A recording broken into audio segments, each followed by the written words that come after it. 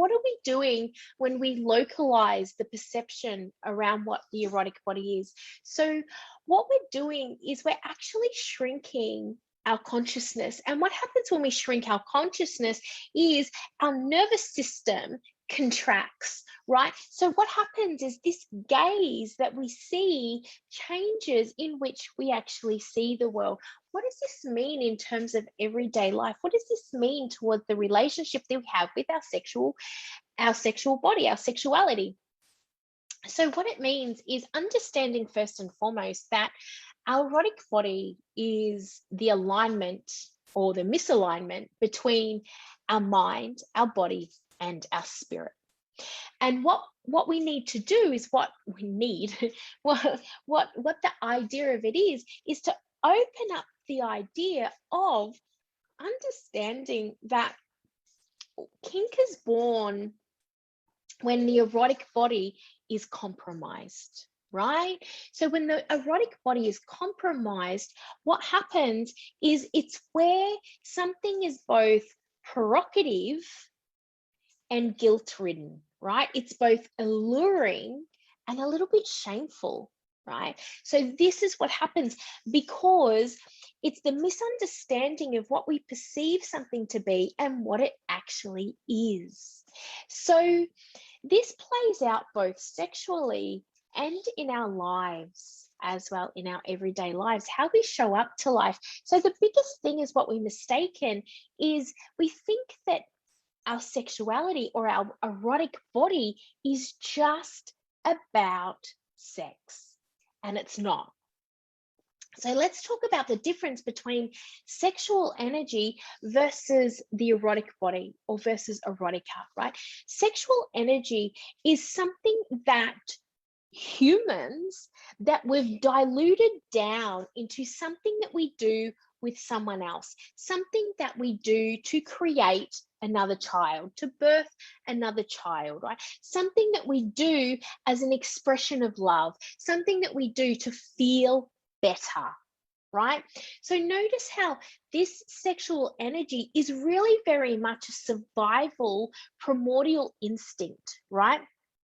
So we've shrunk it down into essentially outsourcing. I need you to make me feel better, right? I need you to actually just like build me. I want you to want me. I want you to love me. So it's this outsourcing of power, right?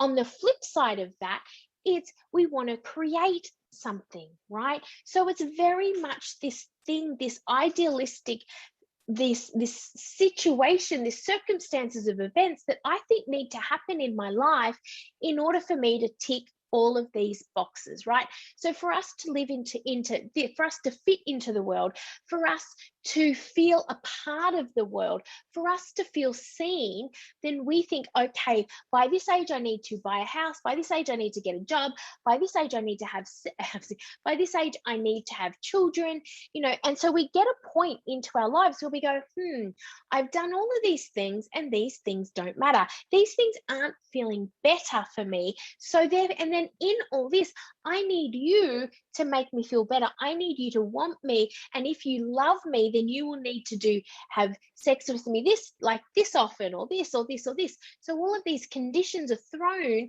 into what we think a relationship is, but it is none of those things, because our relationship that we have with ourselves determines the relationship that we have with other people. And so often as humans, what we do is we have this outsourcing of power where we go, okay, what is wrong with you? What is wrong with you? I want to understand what are all of your issues. This is why our relationship's not working, because you're doing this, this, this, this, and this. Or in a person, I need you to be this, this, this, this, and this. But what we're doing is we're forgetting our sovereign free will, and we're forgetting our power, and we're outsourcing our power, because none of that matters until we have the relationship with ourselves, right? And we look at ourselves as a whole being. How can I show up in this world as a whole being? What does that look like? What does that feel like?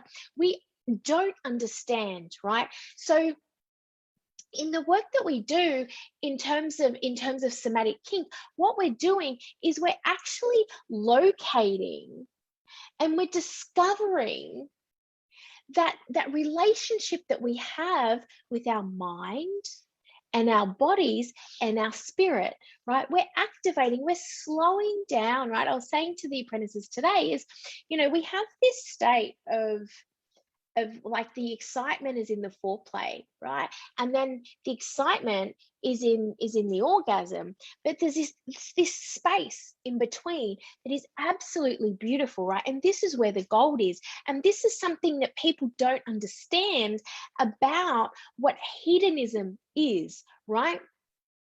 Hedonism isn't about chasing the orgasm. Hedonism is about melting into this space in between, right? What is this erotic body? We do it in life as well, right? We create the goal, we get the goal, right? This space in between is fluid and delicious and takes us on this own beautiful journey that is unique to us, but yet whereby we don't actually surrender to it. We don't bring extreme presence to it. So we're outsourcing the power and we're missing the freaking point. And this is exactly why we feel foreign in our lives.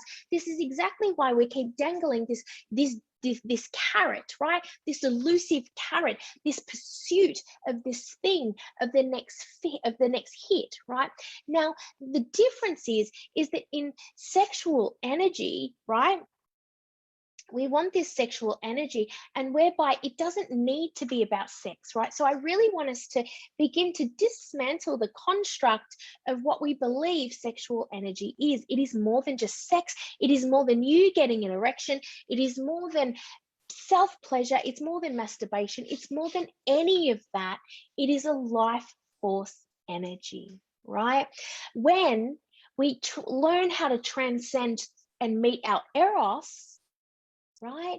And we marry that with our psyche, we give birth to our pleasure. When we give birth to our pleasure, we need our desires. Our desires and our self-worth go hand in hand, right?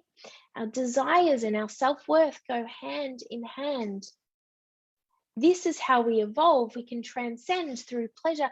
We can bring pleasure into all moments when we marinate and we melt into this delicious space in between, because that is where the absolute gold is.